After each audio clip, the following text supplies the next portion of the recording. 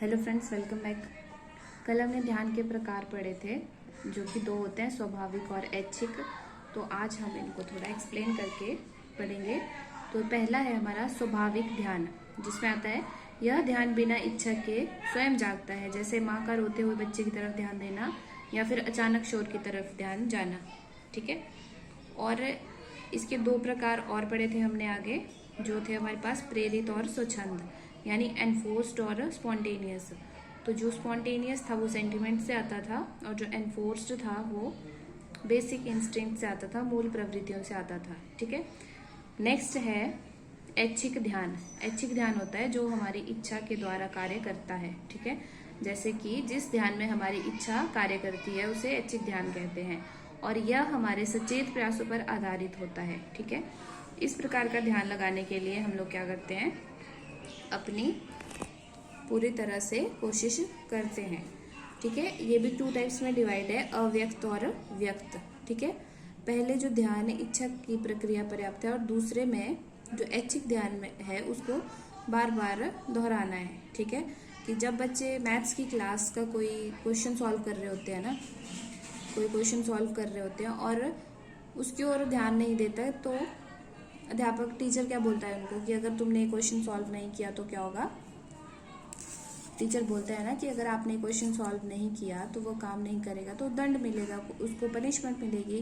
तो इसी से उसकी इच्छा जागती है उसको सॉल्व करने की, और वो बचना चाहता है कि मुझे पनिशमेंट ना मिले। ठीक है। वह काम की ओर ध्यान देना तभी शुरू करता है जब टीचर उसको डांटता है। ठीक है। और नेक्स्ट आता है ऐच्छिक ध्यान, और ऐच्छिक ध्यान में आता है इच्छा की पुनरावृत्ति। ठीक है। पुनरावृत्ति होता है रेपिटेशन, कि बार बार उस काम को करने के लिए कठोर परिश्रम किया जाता है। राइट।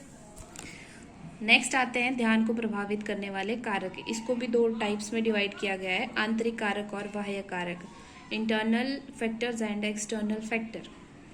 इंटरनल में आता है अभिप्रेरक, मानसिक विन्यास, रुचि, अभिवृत्ति, मानसिक व शारीरिक अवस्था, पूर्वानुभव, प्रशिक्षण, आदतें एवं स्वभाव, मूल प्रवृत्तियां एवं सहयोग। और बाह्य में आता है उद्दीपन की प्रकृति, गहनता व प्रकार, अंतर परिवर्तन एवं विविधता, पुनरावृत्ति, गतिशीलता और रंग। ठीक है। तो अब शुरू करते हैं हम इनको टर्न वाइज। फर्स्ट है बाह्य तत्व या परिस्थितियां। ठीक है। जो बाह्य तत्व और परिस्थितियां हैं उनमें पहला पॉइंट आता है नेचर ऑफ स्टिमुलस। ठीक है। इसमें क्या आता है कि सभी प्रकार के स्टिमुलस समान रूप से ध्यान आकर्षित नहीं करते हैं। राइट। कि जितने भी प्रकार के हमारे पास स्टिमुलस होते हैं वो एक तरह से किसी एक इंटेंसिटी में ध्यान आकर्षित नहीं करते हैं। ठीक है। तो इसी कारण से हमेशा अगर कोई चीज़ किसी को अपनी ओर ध्यान आकर्षित करवाना है तो उसको थोड़ा इफेक्टिव स्टिमुलस देना ज़रूरी होता है। फॉर एग्जाम्पल कि अगर हम कोई फ़ोटो देख रहे हैं और उस फोटो में अलग अलग चीज़ें बनी हुई हैं, एनिमल्स बने हुए हैं, चीज़ें भी बनी हुई हैं, और उसमें कोई कलर नहीं है। ठीक है। तो वो कैसा होगा, वो अट्रैक्टिव नहीं होगा, लोग उसको देखना पसंद नहीं करेंगे। लेकिन अगर वहीं पे उस फोटो में, उस चित्र में अलग अलग कलर के यूज़ किए होंगे, जानवरों को अलग रंग किया होगा, या कोई वस्तु उसमें बनाई गई उसमें रंग भरे होंगे, तो वो इफेक्टिव दिखेगा और लोग उसकी तरफ अट्रैक्ट होंगे। दूसरा आता है गहनता और उसका प्रकार, की इंटेंसिटी एंड साइज। जो वीक स्टिमुलस होते हैं उनकी तुलना में जो इंटेंसिटी वाले स्टिमुलस होते हैं वो ज़्यादा ध्यान आकर्षित करते हैं अपनी ओर। जैसे ऊंची आवाज़ होती है किसी की, या फिर कोई रोशनी होती है जो चमक रही होती है। ठीक है। या फिर परफ्यूम की खुशबू होगी। ठीक है। ये सारी चीज़ें होती हैं इंटेंस। इसी प्रकार जो हमारे एनवायरनमेंट में कोई भी बड़ी चीज़ या सबसे छोटी चीज़ होती है वो जल्दी से हमारा ध्यान अपनी ओर आकर्षित करती है। राइट। अंतर परिवर्तन और विविधता। नेक्स्ट है कॉन्ट्रास्ट, चेंज एंड वैरायटी। तो एक जैसापन और परिवर्तनहीनता की अपेक्षा परिवर्तनशीलता और विविधता अधिक आसानी से ध्यान आकर्षित करते हैं। जैसे बच्चों से ज़बानी बातें करते करते यदि उन्हें अचानक नक्शे और चार्ट दिखा दिए जाएं तो उनका ध्यान अधिक आकर्षित किया जा सकता है। ठीक है। जिसको हम TLM भी बोलते हैं, कि जैसे बोलते बोलते हम बच्चों को पढ़ा रहे हैं, बीच में जो चीज़ हम उनको पढ़ा रहे हैं उससे रिलेटेड उनको चार्ट दिखा दिया या फिर मैप वगैरह दिखा दिया, तो उससे उनका ध्यान जो है, अटेंशन है, वो ज़्यादा टॉपिक की तरफ होती है। ठीक है। और जिस स्टिमुलस के हम हैबिचुअल हो जाते हैं उसमें थोड़ा सा परिवर्तन ला के भी हम उसको ज़्यादा अट्रैक्टिव बना सकते हैं, राइट। और नवीनता भी ध्यान को आकर्षित करती है, यानी कि जो नई चीज़ें होती हैं वो भी ध्यान को आकर्षित करती हैं एज़ कम्पेयर टू पुरानी चीज़ें। किसी भी नई वस्तु के प्रति हमारा ध्यान बस खींच जाता है। ठीक है। कोई नई चीज़ हम देखते हैं तो अगर हम नहीं भी उसकी तरफ अट्रैक्ट होना चाहते तो भी हम उस तरफ अट्रैक्ट हो जाते हैं। ठीक है। अतः निरस्ता को तोड़ते हुए वातावरण में नवीनता पैदा करते रहना चाहिए। नेक्स्ट इज पुनरावृत्ति। किसी स्टिमुलस की एक बार अवहेलना हो सकती है। हाँ, इसमें आता है कि जो ध्यान को आकर्षित करने के लिए हमारे पास अगला पॉइंट है वो है रेपिटेशन, कि इसको एक इम्पॉर्टेंट साधन माना जाता है, क्योंकि किसी स्टिमुलस को हम एक बार तो इग्नोर कर सकते हैं, एक बार उसकी अवहेलना कर सकते हैं, लेकिन बार बार उसको हमारे सामने लाने से हम उसको इग्नोर नहीं करते हैं। कोई ना कोई एक पॉइंट ज़रूर होता है जब हमारा ध्यान उसकी तरफ ज़रूर जाता है। सपोज कीजिए कि अभी मैंने आपको कोई बात बोली और उसमें मैंने, देखिए ये आपके पास एक लाइव एग्जांपल है कि मैंने यहाँ आकर्षित लिखा हुआ है। ठीक है। तो आकर्षित नेक्स्ट में जहाँ भी एक दो वर्ड्स में आकर्षित का यूज़ किया हुआ है लिखने के लिए, तो वहाँ पे मुझसे गलती से क के ऊपर ही र लग गया है। तो जो इसको ध्यान से देखेगा उसको ये समझ आ जाएगा कि एक बार तो ये गलती से हो सकता है, लेकिन अगर बार बार मैं इसको ऐसे कर रही हूँ तो क्या होगा, ये रेपिटेशन होगी और आपको समझ भी आ जाएगा कि ये गलत लिखा गया है। ठीक है। या फिर ऐसा भी होता है कि क्लास में कोई टीचर कभी कोई बात कहते हैं जिसकी तरफ आपका ध्यान आकर्षित करना होता है उनको, तो वो उसको बार बार रिपीट करते हैं। ठीक है, कि ऐसा होगा। या सपोज आप टेबल याद कर रहे हैं तो टेबल्स में भी ऐसा होता है, टेबल्स में भी आपको बार बार रिपीट करवाते हैं, इसी वजह से आपको वो ज़्यादा टाइम तक मेमोराइज रहते हैं। नेक्स्ट इज गतिशीलता एवं रंग। गतिशील उद्दीपन स्थिर की अपेक्षा हमारे ध्यान को जल्दी आकर्षित करते हैं। अब देखिए, कोई एक चीज़ अगर स्टॉप है और दूसरी मूव कर रही है तो ऑब्वियस सी बात है कि नज़र तो हमारी दोनों पे जाएगी, लेकिन जो मूव कर रही है उसकी तरफ ज़्यादा ध्यान जाएगा हमारा। ठीक है।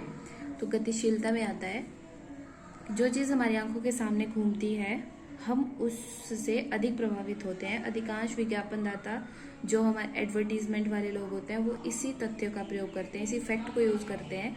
वे गतिशील विद्युत प्रकाश से लोगों का ध्यान आकर्षित करते हैं। ठीक है। जो लाइट्स का यूज़ करते हैं वो, तो उसकी वजह से जो कस्टमर्स होते हैं, कंज्यूमर्स होते हैं, वो उसकी तरफ अट्रैक्ट होते हैं। और same in case of colour, रंग के केस में भी ऐसा ही होता है कि जो रंगहीन वस्तुएं होती हैं उनका कोई ज़्यादा यूज़ नहीं होता है ध्यान आकर्षण में, लेकिन जो रंग युक्त वस्तुएं होती हैं उनका ध्यान आकर्षण में एक इम्पॉर्टेंट रोल होता है।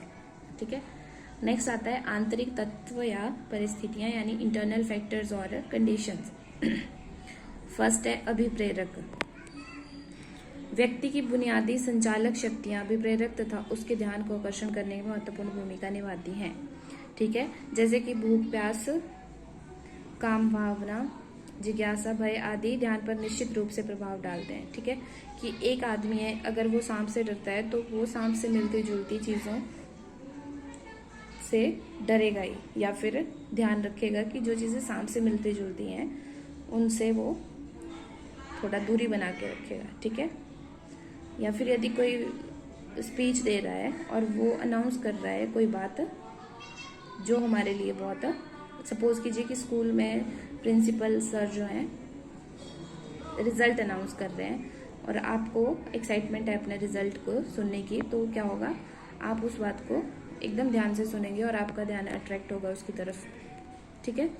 नेक्स्ट आता है मानसिक विकास, माइंडसेट। ठीक है। मानसिक विकास विन्यास में आता है आपका मानसिक झुकाव। ठीक है। मानसिक विन्यास का मतलब होता है मानसिक झुकाव, और मानसिक झुकाव हमारा किस तरफ होता है, व्यक्ति हमेशा उन वस्तुओं और बातों की ओर ध्यान देता है जिनकी ओर उसका मानसिक झुकाव होता है। ठीक है। जो चीज़ें हम समझना चाहते हैं, जिनकी तरफ हमारे लगाव होता है, उन्हीं चीज़ों को हम ज़्यादा इजीली समझ पाते हैं। नेक्स्ट इज रुचि और अभिवृत्ति, इंटरेस्ट एंड एटीट्यूड। ध्यान आकर्षित करने के लिए रुचि अत्यंत सहायक साधन है। ठीक है, एक बुद्धिमान व्यक्ति अपने कार्य को लोगों की रुचियों और बुनियादी आवश्यकताओं के साथ संबंधित करके उसके ध्यान को आसानी से आकर्षित कर सकते हैं। ठीक है, जैसे कि अगर हमें कोई बुक खरीदने के लिए हमें बाजार जाना पड़ता है और वहाँ पे हम क्या देखते हैं कि हमारा ध्यान बुक्स की शॉप है उसकी तरफ जाएगा, तो जो अदर शॉप्स होती हैं उनकी तरफ नहीं जाएगा, क्योंकि हमें मेनली क्या चीज़ है कि हमें बुक ही लेनी है। और जो बुक वाली शॉप होगी, जो बुक स्टोर होगा, वहाँ पे सिर्फ बुक्स ही बुक्स होंगी, तो हमारा ध्यान ऑटोमेटिकली बुक्स की तरफ ही अट्रैक्ट होगा। ठीक है, जिस उद्दीपन के प्रति हमारी जैसी पॉजिटिव या नेगेटिव विवृत्ति होती है। नेक्स्ट आता है आपका एटीट्यूड। तो उसमें आता है कि एटीट्यूड पॉजिटिव भी हो सकता है और नेगेटिव भी हो सकता है, और ये पॉजिटिव और नेगेटिविटी इसकी डिपेंड करती है कि जिसमें हमारा इंटरेस्ट है, हमारा लगाव है, और जो चीज़ें हमें अच्छी लगती हैं वो तो हमारे पॉजिटिव एटीट्यूड में आएंगी, और जो हमें पसंद नहीं है वो हमारे नेगेटिव एटीट्यूड में आएंगी। नेक्स्ट है मानसिक एवं शारीरिक अवस्था। ठीक है, किसी भी उद्दीपन के प्रति आकर्षित होने का उस पर ध्यान न देने में व्यक्ति की तात्कालिक शारीरिक और मानसिक अवस्था की भी महत्वपूर्ण भूमिका निभाई जाती है। ठीक है, कि व्यक्ति शारीरिक या मानसिक रूप से स्वस्थ है या अस्वस्थ है, यह भी उसके ध्यान को निर्धारित करता है। कि अगर आप मानसिक या शारीरिक रूप से स्वस्थ नहीं होंगे तो क्या होगा कि आपको ध्यान लगाने में प्रॉब्लम होगी, और ये ऑब्वियस ही बात है। जब हम बीमार होते हैं तो हम किसी भी चीज़ को अटेंटिव होके ना सुन सकते हैं ना समझ सकते हैं। लास्ट वन इज मूल प्रवृत्तियां एवं संवेग।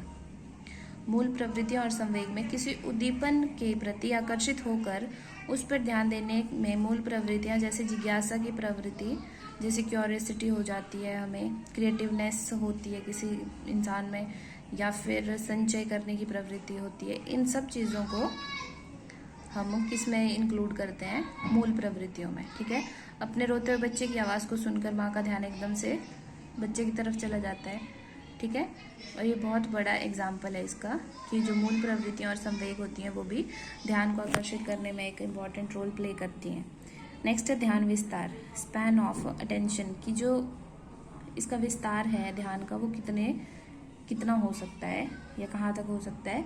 तो ये जो टर्म थी ये सबसे पहले इंट्रोड्यूस की थी विलियम हैमिल्टन ने 1859 में, और एक साथ कई उद्दीपनों पर ध्यान दे सकने की, यानी कि एक टाइम पे मोर देन वन स्टिमुलस को यूज़ करते हैं जो, और वो उनके सामने जो भी चीज़ होती है उनकी तरफ वो टोटल अच्छी तरह से ध्यान आकर्षित करते हैं। ये चीज़ आपकी आती है ध्यान विस्तारण में, कि एक साथ कई उद्दीपनों पर ध्यान दे सकने की उनके ध्यान देने से संबंधित क्षमता या योग्यता को ध्यान विस्तार कहा जाता है। राइट, सपोज कीजिए कि एक आदमी है, वो एक ही टाइम पे कोई लेटर भी लिख रहा है, फ़ोन भी सुन रहा है, और उसकी टांगे सामने रखी हुई चेयर पर, सामने रखी हुई उसकी चेयर है, उसके ऊपर उसने अपनी टांगे रखी हुई हैं, उनको हिला भी रहा है साथ में, और सामने घड़ी है तो टाइम देखने के लिए भी मूव कर रहा है, या साथ में चाय बना रहा है। या होते हैं कुछ लोग जो एक टाइम पे बहुत सारे काम करते हैं, तो उनका ध्यान विस्तार जो होता है वो बहुत पॉजिटिव में बड़ा होता है। ठीक है, एक सीमित क्षेत्र नहीं होता है इसका। या एक एग्जांपल हम ये भी समझ सकते हैं कि जब हम किसी इंटरव्यू में जाते हैं जिसमें हमारे प्रेजेंस ऑफ माइंड चेक करनी होती है। सपोज़ कि हम किसी इंटरव्यू में बैठे हैं, तो सबसे पहले हमसे क्वेश्चन पूछा जाएगा कि आप जिस कमरे में वेट कर रहे थे वहाँ पे कितने लोग थे, वहाँ पे कितनी चेयर्स थी, आसपास कितने मेल थे, कितनी फीमेल्स थी, दीवारों पे तस्वीरें थी या नहीं थी, दरवाजे कितने थे, दरवाजों पे पर्दे लगे थे या नहीं लगे थे, दरवाजों का कलर किस प्रकार का था। तो ये सब हमारा किस में आता है? ध्यान विस्तारण में, कि इस प्रकार ये सब देखा जाता है फिर कि व्यक्ति में एक ही समय में बहुत सारे जो स्टिमुलस हैं उनके ऊपर ध्यान देने की क्षमता, योग्यता पाई जाती है। और इस सारी जो योग्यताएं हैं इन सबको मिला के जो भी व्यक्ति की क्षमता होती है उसको हम बोलते हैं ध्यान विस्तारण। ठीक है, so thank you so much for watching.